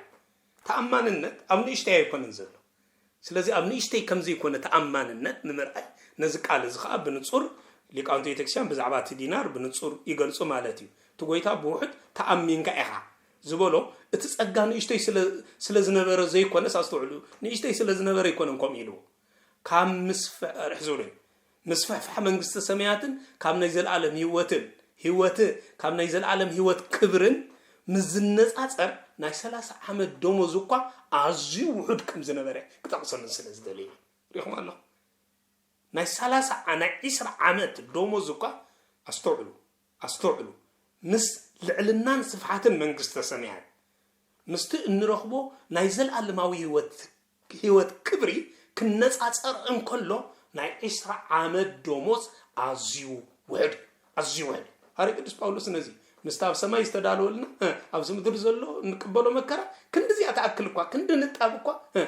ኣይኮነትን ክብል ይገሊጽ ክብርና ልዑል ይብሰማል ስለዚ እቲ ልዑል ዝኾነ ክብሪ ብመጠን ኣብ ምድሪ ንቅበሎ መከራ ምንታ ሃይማኖትና ንቅበሎ ስቃይ ኣዝዩ ክመዛዘን ዘይክእል ነገር እዩ ማለት እዩ ስለዚ ብመሰረቱ ክንሪኦን ከለና እቲ መክሊት ብንጹር ብፍላይ ኣብ ዝንርድኦ እሙንነት ኣብ ንእሽተይ ከም ዘይኮነ ንምርኣዩ ተወሳኺ ድማ እሙንነት ኣብ ንእሽተይ ከም ዘይኮነ ንምርኣዩ ብዓብዩ ጎይታ ብውሑድ ተኣሚንካ ክብል ዝገለጾ ነዚ ንጹር መረዳእታ ዘገልጽ እዩ ማለት እዩ ምክንያቱ ብመጠን ምስፋሕ መንግስተ ሰማያት ናይ ዘለዓለማዊ ህይወትን ክብርን ናይ 20 ዓመት ደሞዝ ክነጻጸርን ከሎ ኣይራኸብኒ ኣዝዩ ውሑድ እዩ ስለዚ ነዚ ብንጹር ንምርዳእ ዝተነግሩ መሰረታውያን ቃላት እዮም ስለዚ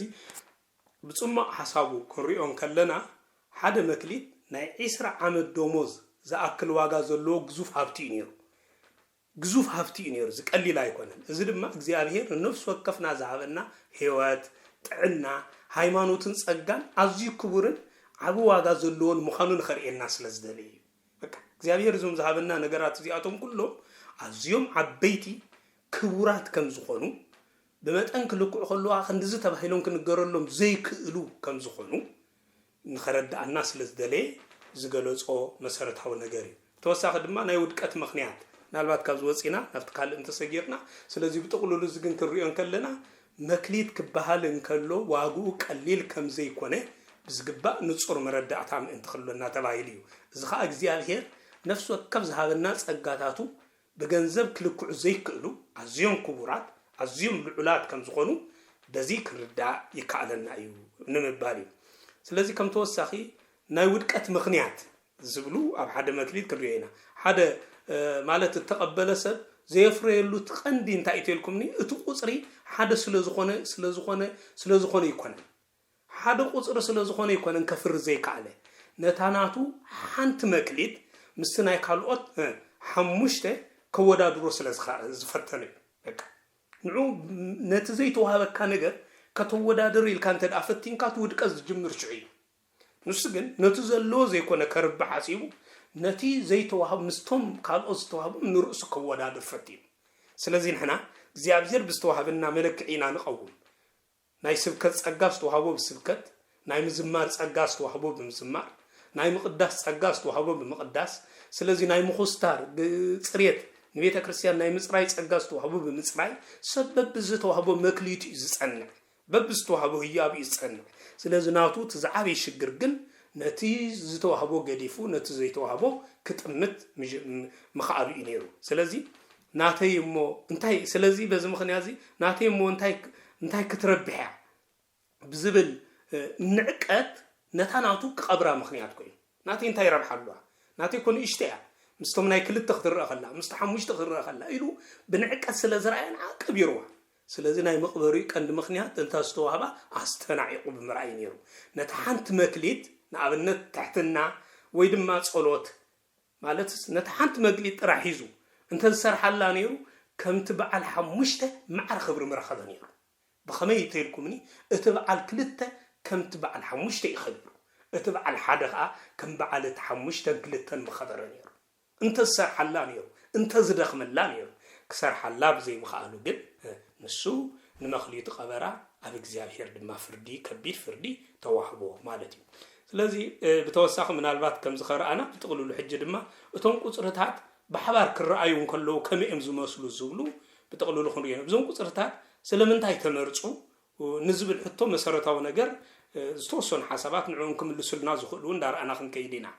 تناي مجمرة ملأت سجان مرأي نجزي أبيهر ملأت سجان مرأي كاب حمشته ناب حد مورادو جزي أبيهر نخلو رأي نخلو كم درجو سجو كم زهبن زخون سبب ما منم أيتوهبن نيلو مخنيت كم زي هلو نمجبار እግዚአብሔር ዝገበረ በቃ የብለይን ይሉ ምክንያት ምን ተቀይቀር እግዚአብሔር ዝገበረ ስለዚህ ናይ እግዚአብሔር መልአት ጸጉ ከምን ንርኢም እንተ خغبرና ነዞም ቁጽርታት እዚአቶም በመሰረቱ እግዚአብሔር ዝመረጸሉ ተቀንድ ምክንያት እዚዩ ናይ እግዚአብሔር መልአቱ ዝገልጹ ቁጽርታት ስለ ዝኾን እዮም ማለት እዩ ከም ተወሳኺ ድማ ሚስጥር ማዕርነት እዩ بعبي مال مستر معرنت زبل تقويتا نتبع الحموشتن نتبع الكلتن زهابهم شلمات تمساسالي قال مخانو نصر وانجيلنا غليص وي تمساسالي يبوم كبري زي دما እግዚአብሔር بقصري كم زي يدالو استوعب بقصر كم زي يدالو يقداس بأمنነት كم زحقوس نمرغقاص እግዚአብሔር بأمنتونا يزحقوس بقصر يكون بقصر زدالو املاخ يكونن نتحموشته هبيه سلازي لعلت خلت تخبرالو نتخلت هبيه لعلت حموشته خاني ناتو تحت كبلالو زبل املاخ يكونن ناتنا تأمانነት እግዚአብሔር ዝር እንበር ዘለና ብዙ ቁጽሪ ይኮነን እግዚአብሔር ዝር ይገንታ ይተልና ተአማንነትና በትዘለና በትስተዋብና ኡሙናት ኮይና ተረኺብና ዲና እግዚአብሔር ዝር በዚህ ኡሙናት ኮይና እንተ ተረኺብና እግዚአብሔር በተአማንነትና ማዕረ ዋጋ ይخفለና ስለዚህ ገብርሄር ማለት ዝዕለት እዚ ነቶም ኡሙናት ዝኾኑ ኩላቶም معر واجا زخفللهم معر عصب زوهابلهم معر كبر زوهابلهم علت مالتي بخال عبالا مالتي سلازي مستر معرنت زتجلس علت قبر هي زعلت زي مالتي سلازي استفلالي اقل قلوت كا بنصر قوليو زرعي العلتيو زو قصرتات زي توم قصرتات تفلاليهم مقرابهم بنصر كنو يغلنا تفلاليهم مقرابهم ابيتك سيان زلو استفلالي اقل قلوتات ويدما تصقاتات تدغاغفت خوينم حد اكل كم زسرع زرعي حد اكل يمسرع زوم استفلالي قصرتات زياتهم اكل كريستوس يوم مخنياتو ابز اكل بيت كريستيان زيات حد ايديو تحد اغريو تحد غصيو تحد خاني منالبات قال تحد عيني اذن خون خيري مخنياتو نتا اكلات تي ازقوم وقتهم صغاتات تي اتوم سلازخونو سلازي بز مخنيات دي ناي زتفلاليو اغلغلوت ناي بيت كريستيان ملك زرعي ناي بيت كريستيان ملك بنصر اقول حزر خاني زي استفلالي قصرات زي يو مالتي كم توسخ دما سرعه وهبات صغان خرينا እግዚአብሔር ስለዝደለይ ናይ ጸጋ አዋህባ ስርዓት ከመይ ከም ዝኮነ እግዚአብሔር ከዝደለና ስለዝደለይ እግዚአብሔር ንሰብ ከከም ዝምባልኡን ዓቕሙን ዝህብ ከም ዝኾነ ከርእየና ስለዝደለየ ከከም ዝምባለና እቲ ዘማሪ ክኸውን ዝግብኦ ናይ ዝማሬ ጸጋ ይወሃቦ እቲ ሰባኺ ክኸውን ዝግብኦ ናይ ስብከት ጸጋ ይወሃቦ እቲ ከመሓድር ዝኽእል ናይ ምምሕዳር ጸጋ ይወሃቦ እቲ ክቅድስ ዝኽእል ናይ ምቅዳስ ጸጋ ይወሃቦ እቲ ከስተጋሻ ክቅበልን ከስተናግድን ዝኽእል ናይ ምስትንጋድ ጸጋ ይወሃቦ ንሰብ ኩሉ በብመደቡ እግዚአብሔር ናይ እግዚአብሔር ስርዓት ናይ ወሃህባ ጸጋ ከመይ ከም ዝኾነ ከርእየና ስለዝደለየ ዝገበሮ እዩ ድማ ይሉ ስለዚ ብኻልእ ድማ እቲ ምኽኒት ንምጥፋይ ሓሙሽተ ተቀበለ በዚሕኒኡ ዝጠፋኣኹ ከይብል ሓደ እተቀበለ ድማ ውሕድኒ ዝጠፋኣኹ እንት ከይብል እግዚአብሔር ንኹሉ ከከም ዓቕሚ ሂቦ ከከም ዓቕሚ ሂቦ ነቲ በዓል ሓሙሽተ ሓንቲ እንተዝህቦ ነቲ በዓል ሓደ ሓሙሽተ እንተዝህቦ ማለት ሓሙሽተ እንተዝህቦ በዚሕኒ ከቢድኒ ጾር ከቢድኒ ዘይገበሩ ኩሉ መበለ እቲ በዓል ሓሙሽተ ሓደ ተዝህቦ ከዓ ውሕድኒ መበለ እግዚአብሔር ግን ከከም ዝግብኦም ንኹሎም ምኽኒት ምእንቲ ከይህቡ ከከም ዝግብኦም ንኹሎም ይህቦም እግዚአብሔር ንኹላህና ዝህበና ከከም ዝግብአና እዩ እቲ ዝተዋህበና ኣኽቢርና ብምሓዝ ግን ግብሪ ጽድቂ ክንሰርሓሉ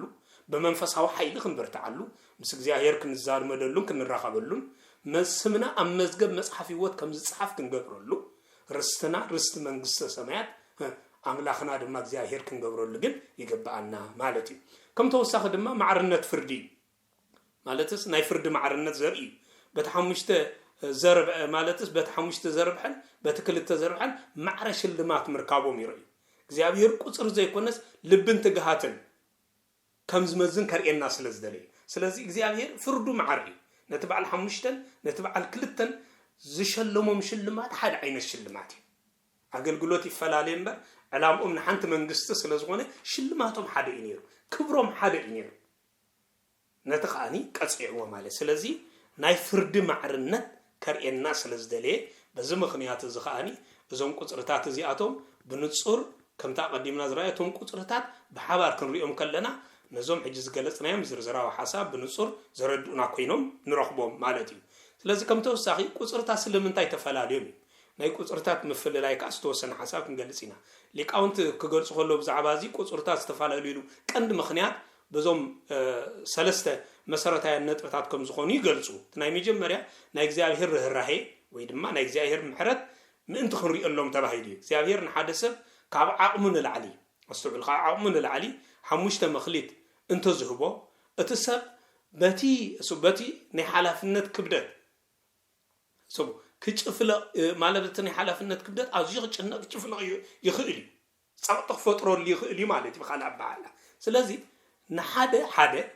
ንሓደ ድማ ሓሙሽተ መሃቡ እግዚአብሔር ንዓና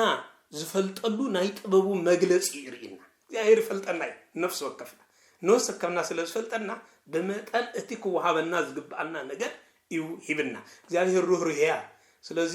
እዚ ምእንቲ ከይብሉን ኢሉ ነቲ ሓደ ዝግብኦ ሓሙሽተ ይሃበን ነቲ ክልተ ዝግብኦ ሓሙሽተ ይሃበን ነቲ ሓሙሽተ ዝግብኦ ሓደ ይሃበን እግዚአብሔር ሩህሩህ ኣምላኽ ስለ ዝኾነ እግዚአብሔር ርህራሄኡ ኣብ ደቂ ሰባት ዝገልጽ በቲ መጠን ክንሽከሞ እንኽእል ዓቕምና ንኹላህና ዝግብአና መጢኑ ዝህብ ኣምላኽ ብምዃኑ እዩ ማለት እዩ ስለዚ እግዚአብሔር ንሕና እኳ ንዘይንነብረሉ እንደልዮ ኸሊኡ ኣስተውዕሉ እንደልዩ ይኽእልኣና ምክንያቱም ዝህበና ክንነብረሉ ስለዚ ንኽእል ማለት እዩ ስለዚ ነዚ እቲ ናይ ካልኣይ ነጥቢ ከዓ ናይ ጸጋታት ፍልሊ እዩ ማለት ናይ ጸጋታት ፍልሊ ከርእየና ስለዝደለየ ኣብ ቤተ ክርስቲያን ኩሉ ሰብ ማዕረ ዓይነት ኣገልግሎት የብሉን እንትፈልጡ ማዕረ ዓይነት ኣገልግሎት ዘሎ የለን እቶም ቁጽርታት ዘርእዩ እግዚአብሔር ነፍስ ወከፍ ሰብ ዘሎ ፍልሊን ዝተፈላለየ ዕላማን ዝገልጽ ስለዚ ናይ ጸጋታት ፍልሊ ከርእየና ስለዝደለየ እግዚአብሔር ነቲ ቁጽርታት ዝተፈላለየ ከም ዝኸውን ገይሩ እቲ ሳልሳይ ድማ ፍጹም እምንነት ማለት ፍጹም እምነት ንምሕታት ማለት ቁጽርታት እንተተዋሃቡ ማዕረ ክንረክብ ዘይኮነስ ኣሰቡ ቁጽርታት ብፍላይ እንተተዋሃቡ ማዕረ ክንረክብ ዘይኮነስ ረዩ ብተዋህበና መጠን ማዕረ እሙናት ንክንከውን እግዚአብሔር ረዩ በቲ ብዝተዋህበና መጠን ማዕረ በቲ ዝተዋህበና መጠን ማዕረ እሙናት ኮይን ምእንቲ ክንከውን እግዚአብሔር ማለትስ ፍጹም እምንነት ንምሕታት ካባና ተኣማናትነትና ዝሓተና እግዚአብሔር ንምንታይ ይመስልኩ ምክንያቱ እግዚአብሔር ብተዋህበና መጠን ማዕረ ኩላና እሙናት ኮይና እንት ክንርከብ ሓሙሽተ ይኹን ሓደ እቲ ዋና ቁም ነገር እንታይ እትልኩምኒ እሙን ልብ መሓዚም በር ትቁጽሪ ይኮነ እግዚአብሔር ብዝሃበና መጠን ዙርዮ ነቲ ቁጽሪ ይኮነ አይና ይዝር እግዚአብሔር ተል እሙን ዝኾነ ንዓይ እሙን ዝኾነ ልብ ለካዲ ንዓይ ዝእዘዝ ልብ ለካዲ ንዓይ ዝኽብር ልብ ለካዲ ንዝሃብኩ ሓላፍነት ክፍጽም ዝኽእል ልብ ለካዲ ኢል እግዚአብሔር ዝርየና ስለዚ በዚ መለክዕ እዚ ስለዝርዮ እግዚአብሔር ነዚኦም ናይቶም ቁጽርታት ፍልነት ቃ በዞም ሰለስተ መተረታዊ ነጥብታት ዚያቶም ብንጹር ተቀሚጥ ይርከብ ማለት እዩ ስለዚ ከም ተወሳኺ ስለምንታይ ጎይታ ንኹሎም ማዕረ ዘይሓበ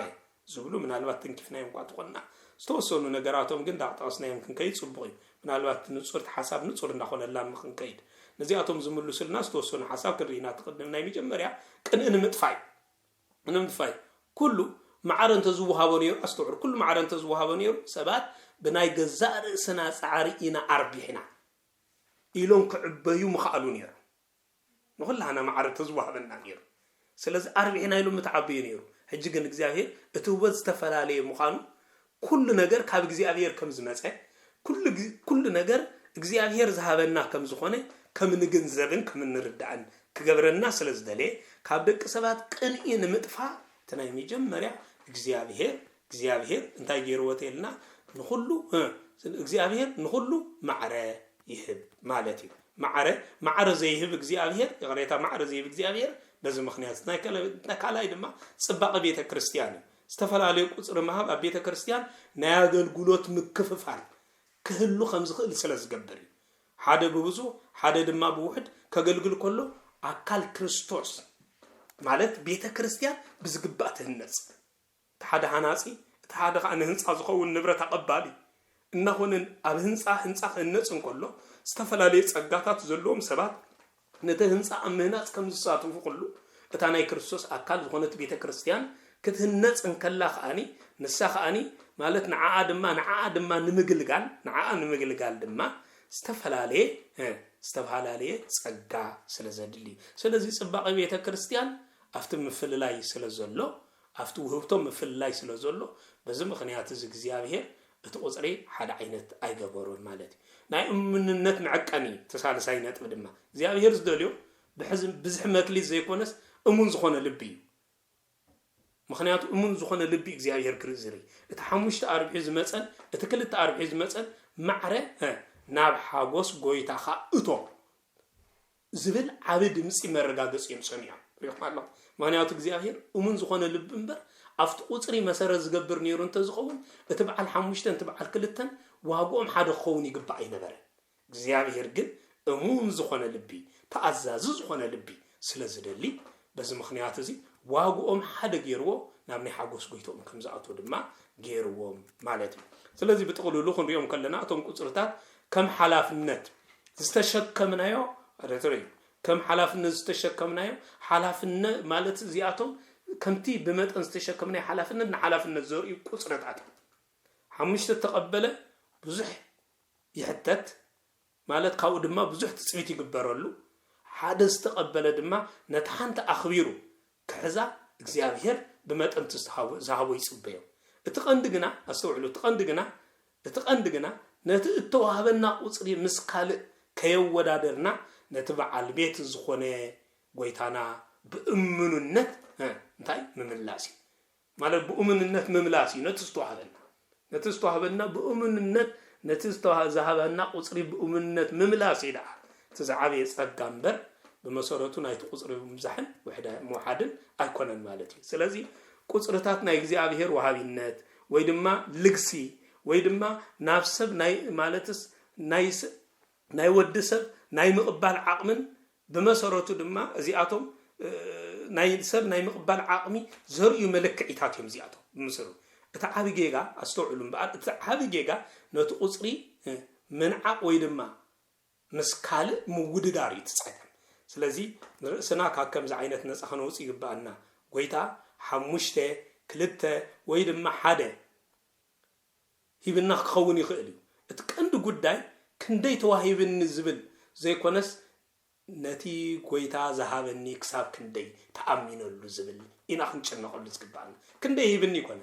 نت ذهبن كساب كندي تأمينه لله كساب كندي سريح لله إلنا بزبلة محسابن مرد أنجن نايت عصبي تخافل تخمن خوني قبرنا سلازي زون قصرتات أبنو سكفنا زلوا استفلا ليس أجاتاتن حلافنته زوكلوا أقوى أنت خونو سلازي نحنا بمت أنت زوكلوا وجن كان خبرهم يجبعنا مالتي تكندكم نجار استوعلوا تكندكم نجار جن حمشته ويكلته ويحده محزنا زي كونس نتازلاتنا مكليت كم مدراوي تنكت كم مدراوي أتحسسبا ويون كم علماوينت أوتسينا أصل نخبر قويتا كم زوع المقدارنا لك نأكلنا نخبر قويتا كم زوع المقدار نجزينا نخبر جزي أبير كم زوع المقدار نمويانا نخبر جزي أبير كم زوع المقدار نخلو نجرنا نجنزبنا ننبرتنا نخبر جزي أبير كم زوع المقدار اتزعبين مكليتنا بأجابو متكام زملكتيمو نزيب زقبا كسر حالي قبانا እግዚአብሔር ዝደሊ አስተውሉ እግዚአብሔር ዝደሊ ዘትረፍና የብዝሕ ዘይኮነስ ክንሰርሕ ዘለና ወይ ድማ ንኽንሰርሕ ዘለናን ዘርዓና ፍቅርን ተአማንነትን እግዚአብሔር ዝደሊ አስተውሉ ሓሙሽተ ይኹን ክልተ ወይ ድማ ሓደ እቲ ቀንዲ ጎይታ ብዝሃበና ዕድመን ጸጋን ተጠቂምና እሙናት ኮይና ክንርከበሉ እዩ እግዚአብሔር እምበኣር ከምቲ ዝደልየና እሙናት ኮይና ተረኺብና ነቲ ትርጉም ናይቲ ቁጽርታት ኣብ ህይወትና ተርጉምና قبر هير نزبل حياوي أجلجالي زبل مسوي اسم تقبلنا ببستو هبنا تسجان إجزاهير أجلجلنا كسع مودة أثان من قستون دا قامتنا نات أمتنا نبر اللعق من بقعتني هبنا كدوس إجزاهير سلزمار الناس مستمسجن يكون نإجزاهير ترنت نايدنجل مريم مالادنت نايكدوس أنا بوتاتنا زخلو تايفلينا نيابوتاتنا رديت نسيت زخون التوحيد أمنت كأكسع مودة أثا مسانا صنيع ينبر وسبات لإجزاهير